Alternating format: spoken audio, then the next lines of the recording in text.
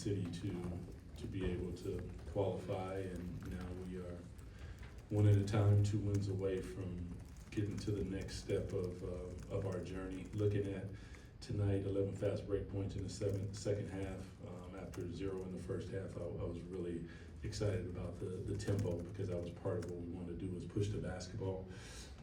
31 assists is always a number, 30 and higher, so the sharing was there. And second half pick and roll coverages, I thought were better, were more aggressive, were more impactful, and that's, as we go along this journey, each of those things has to be tightened up. So credit to the guys, but super excited for them. I told them very proud of the fight, the determination that they showed in the face of a lot of different adversity that's went on this year, and that's a big credit to them. So congratulations to them, the organization, and in our city. Yeah.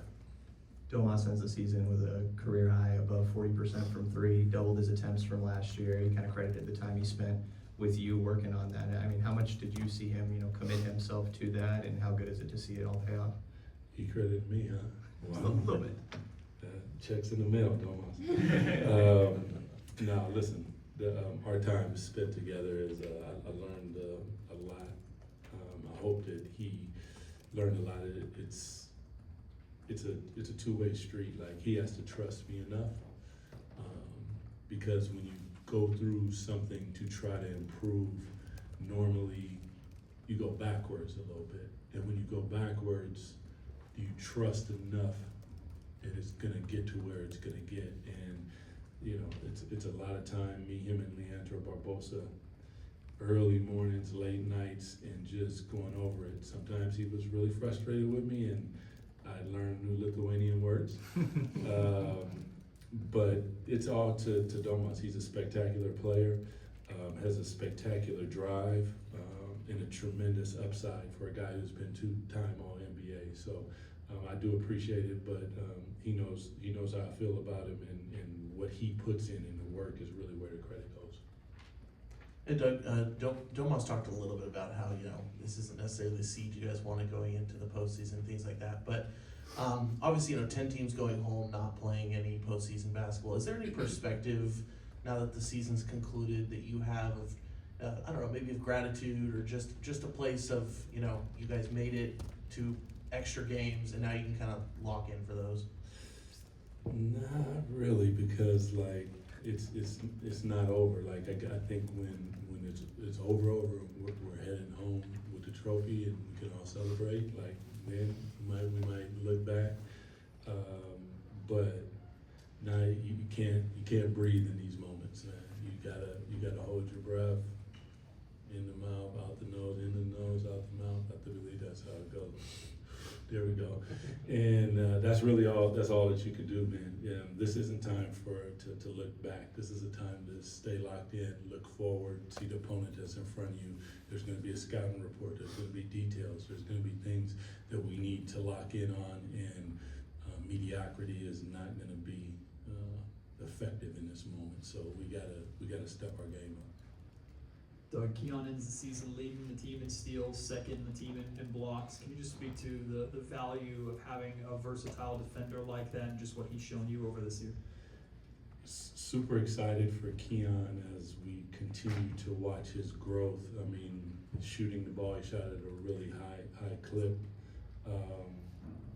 Defensively, he has just tremendous instincts, man, and he has the heart of a lion. He's not going to back down. There's bigger guys, stronger guys, but that doesn't matter to him. He just continues to fight. I get on him on some things, but he never takes it personally. He's always smiling, so for a coach, he's a wonderful pupil to have, because he's going to give you everything and bring it every time. Was it always perfect? No, but that's the name of our game, and he did one hell of a job this year, and he's experienced a lot this year, so hats off to him. Kind of following up on that same vein, we in the media and fans tend to focus more on the offensive end, the high scores and everything, but the defensive efforts you got both from Keon and Keegan this year have been just stellar, game in and game out. What kind of impact has that had on your season? And have you seen their attitude toward defense kind of blend over to the rest of the team? Well, I think it's a valid question. I think what I'm trying to get across is there's fun in defense as well. And it's a hard thing. The more people that you have that do it, it kind of funnels into those. When I think of Keon and I think of Keegan, I'm going to continue to say it, is I think they're all league defenders. But then you also add Jake, and then you add DC to that, and now, you know, you start to have 1, 2, 3 defenders on the floor, and people feel the gravity, they feel the physicality, and that's, you know, Keegan and Keon set the tone for that, and those other guys have come in and they've really added a spark on the defensive end. So hopefully they see that we don't have a game like football where there's two sides of the ball the way it is. There's a yin-yang thing to what we do, but if yin is offense, it can't overpower. There has to be an evenness to it, and that evenness is what I think when you find fun, then it becomes even. When you think that it's work and dressed up like overalls, then it's not a good thing. Yeah. Doug, how big has it been for you guys to add JV to this roster, given? Big, like big, yeah. Yeah, but big in every sense. Right. But you know, Domas being in and out a little bit, and then also, you know, the physicality as it picks up when you get into postseason play. Just how important has that been for you guys? You know, I think for the front office and management and our organization to pick him up was brilliant, because when it happened, Domas went down, and if he's not there, I don't, you know, it's tough, man. Like we haven't played with a true point guard, then all of a sudden, if he wasn't there, we wouldn't have a true center, like, you know. But he has been great. His physicality, his attitude in the locker room, his attitude on the bench. He's been everything that I thought he would be. I hadn't coached him as as one of my players. I trained him in the offseason once, and he was fantastic, but he was on a different team. And then once we get him to see the type of human being he is, the type of teammate he is really solid. So he has been a big time MVP for us.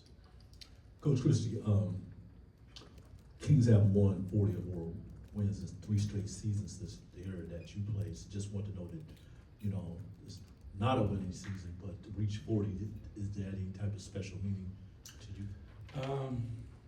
Yeah, I mean, I want more. I'm a little bit greedy. So, 40 is cool. I really would have, when I look back now, when I do get a chance, I'm going to see all those, the Kawhi left-handed shot. I'm going to see, I'm not getting myself in trouble, so I'm going to shut up. I see a lot of stuff. There's the ability for us to take that next step. But the teams that take that next step are physical and aggressive and consistent. And we're where we're at because there was some inconsistency in how we approach things. And you can't do it. You can't fall into it. You can't let it happen. And it's human nature. But I do know that there are a lot of teams out there that fight against that. And these guys have done that. Not perfectly, but I love them for every time they went out there and they gave it up, because that's big time. Yeah, for sure. Appreciate y'all. Thanks, Doug.